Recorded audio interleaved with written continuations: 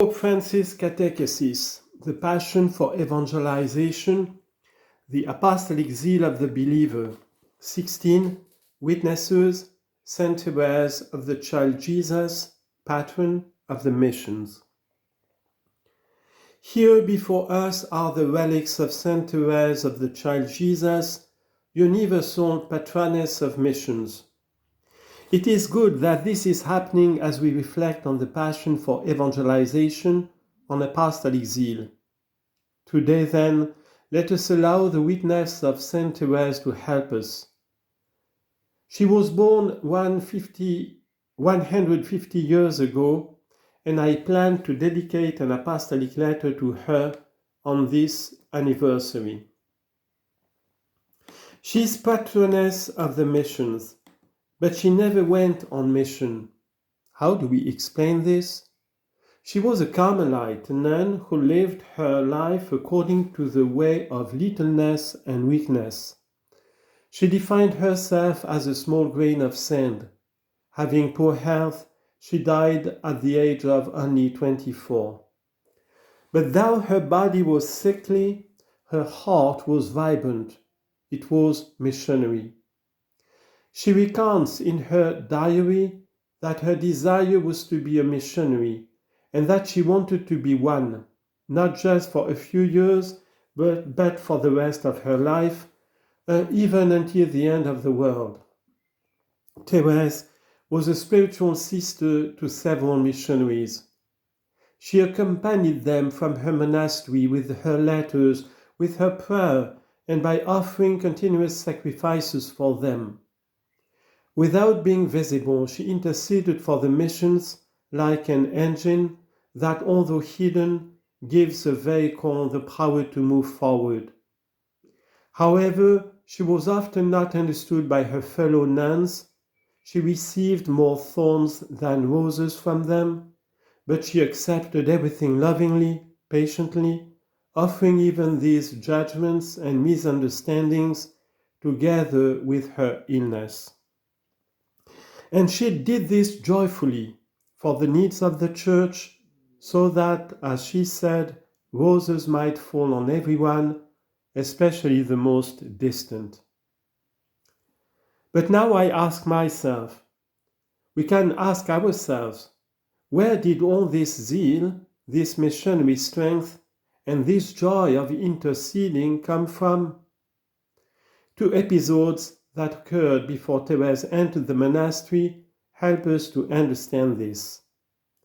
The first concerns the day that changed her life, Christmas 1886, when God worked a miracle in her heart. Shortly after that, Thérèse would turn 14 years old. As the youngest child, she was pampered by everyone at home, but she was not raised badly. After returning from midnight mass, however, her very tired father did not feel like being there when his daughter opened her gifts and said, "Good thing it's the last year."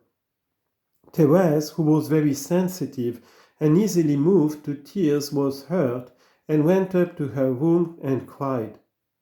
But she quickly suppressed her tears, went downstairs, and full of joy, she was the one who cheered her father.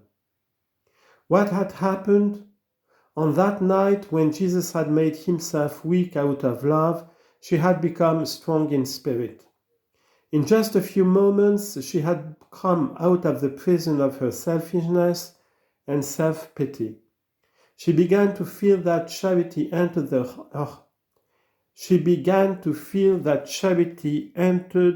her heart, with the need to forget herself. From then on, she directed her zeal toward others so that they might find God, and instead of seeking consolations for herself, she set out to console Jesus, to make him loved by souls, because, as Thérèse noted, Jesus is sick with love, and the sickness of love can be cured except by love. This then was her daily resolution, to make Jesus loved, to intercede so that others would love him. She wrote, "I want to save souls and forget myself for them. I want to save them even after my death." Several times she said, "I will spend my heaven doing good on earth." This is the first episode that changed her life at 14. And her zeal was directed especially to sinners, to the distant ones. This is revealed in the second episode. Thérèse heard about a criminal who had been sentenced to death for horrible crimes. His name was Enrico Pranzini. She writes down his name. He had been found guilty of the brutal murder of 3 people and was destined for the guillotine. But he did not want to receive the consolations of the faith. Thérèse took him to heart and did all she could. She prayed in every way for his conversion, so that he, who with brotherly compassion she called poor wretched Pranzini, might demonstrate a small sign of repentance and make room for God's mercy in which Thérèse trusted blindly. The execution took place. The next day, Thérèse read in the newspaper that just before laying his head on the block, Pranzini, all of a sudden, seized by a sudden inspiration, turned around, grabbed the crucifix that the priest handed to him, and kissed 3 times the sacred wounds of Jesus. The saint remarked, then his soul went to receive the merciful sentence of the one who declared that in heaven there will be more joy for a single sinner who repents than for the 99 righteous who have no need of repentance. Brothers and sisters, such is the power of intercession moved by charity. Such is the engine of mission. Missionaries, in fact, of whom Thérèse is patroness, are not only those who travel long distances, learn new languages, do good works, and are good at proclamation. No, a missionary is also anyone who lives as an instrument of God's love where they are.